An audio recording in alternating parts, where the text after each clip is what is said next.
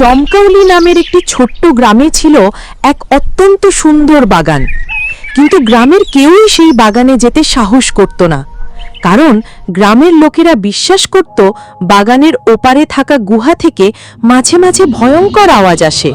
কেউ যেন ডাকছে, কেউ যেন কান্না করছে। এতে গ্রামবাসীরা ভয় পেত। ভাই, কাল আমি আবার সেই বাগানের দিকে গিয়েছিলাম।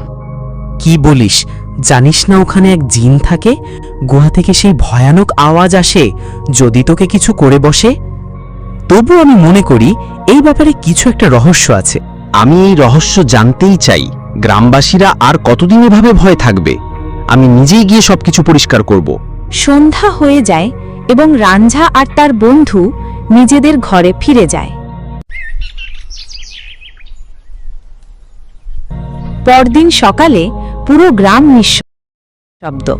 রাঞ্জার বাড়ির সামনে তার নিথর দেহ পড়েছিল। সবাই কান্নায় ভেঙে পড়ে। একই গ্রামে থাকত ধলু নামে এক ব্যবসায়ী।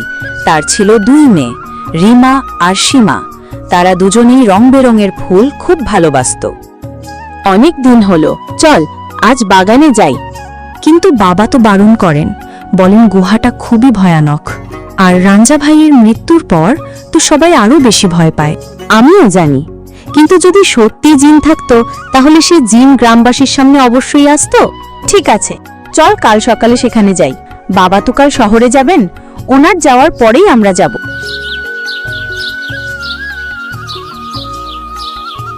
আমি শহরে যাচ্ছি, তোরা ভালো থাকিস, কিন্তু মনে রাখিস ভুল করে যেন সেই বাগানে যেন যাস না। ওই বাগানে তো রাঞ্জা মারা গিয়েছিল। বাবার চলে যাওয়ার পর রিমা আর সীমা বাগানের দিকে রওনা হয়। আরে রিমা, সীমা, ওদিকে কোথায় যাচ্ছ? জানো না ওখানে ভয়ঙ্কর গুহা আছে? না কাকু, আমরা গুহার দিকে যাচ্ছি না, শুধু ফুল দেখতে যাচ্ছি। চিন্তা করো না। কিছুটা দূরে যাওয়ার পর তারা দেখে 2 চোর নিজেদের মধ্যে কথা বলছে।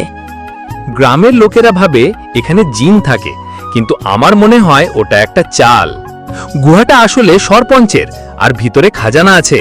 চলো দেখি গিয়ে, আজ সব পরিষ্কার করে ফেলবো। রিমা ও সীমা গোপনে তাদের অনুসরণ করে। তখনই আসে এক ভয়ঙ্কর চেহারার বৃদ্ধা মহিলা, হাতে রং বেরঙের ফলের ঝুড়ি। কোথায় যাচ্ছ? জানো না এই গুহায় এক জিন বাস করে, সে তোদের ছেড়ে দেবে না। পালাও এখান থেকে। গুহার ভেতর থেকে গম্ভীর আওয়াজ আসে। 2 চোর দৌড়ে পালায়। বৃদ্ধা এবার রিমা সীমার সামনে এসে দাঁড়ায়। এই বাগানই আমার বাড়ি, কিন্তু ও গুহায় সত্যিই এক জিন আছে, খুবই ভয়ানক। এখনই চলে যাও, না হলে সে তোদেরও শেষ করে দেবে। রিমা, আমি আর এগোবো না, আমি বাড়ি যাচ্ছি। ঠিক আছে, তুই এখানেই থাক, আমি গুহার ভেতর যাচ্ছি। সত্যি জানতে চাই ওটা জিন নাকি মানুষ। রিমা গুহার ভেতরে ঢোকে। হঠাৎ সে দেখতে পায় এক বিশাল আকৃতির অদ্ভুত ছায়া, দেখতে যেন ভয়ঙ্কর কোনো জানোয়ার। আমি জিন, বহু বছর ধরে বন্দী আছি, আমাকে মুক্ত করো, আমি তোমার কোনো ক্ষতি করব না। তুমি কি সেই জিন? কিন্তু তোমায় তো দেখতে পাচ্ছি না। তুমি কি সত্যিই জিন না অন্য কিছু? আমি জিন না, আমি হলাম সেই জিনের ছায়া, যে কিনা বহু বছর ধরে এই গুহার ভেতরের কারাগারে বন্দী। আমি কেবল তার ছায়া, কিন্তু সত্য জানতে হলে তোকেই যেতে হবে গুহার গোপন কুঠুরিতে। রিমা এগিয়ে যায়। হঠাৎ সামনে আবির্ভূত হয় এক জিন, বড় আকৃতি, চোখ জ্বলজ্বল করছে। ভয় পাস না মেয়ে, আমি তোর কোনো ক্ষতি করব না।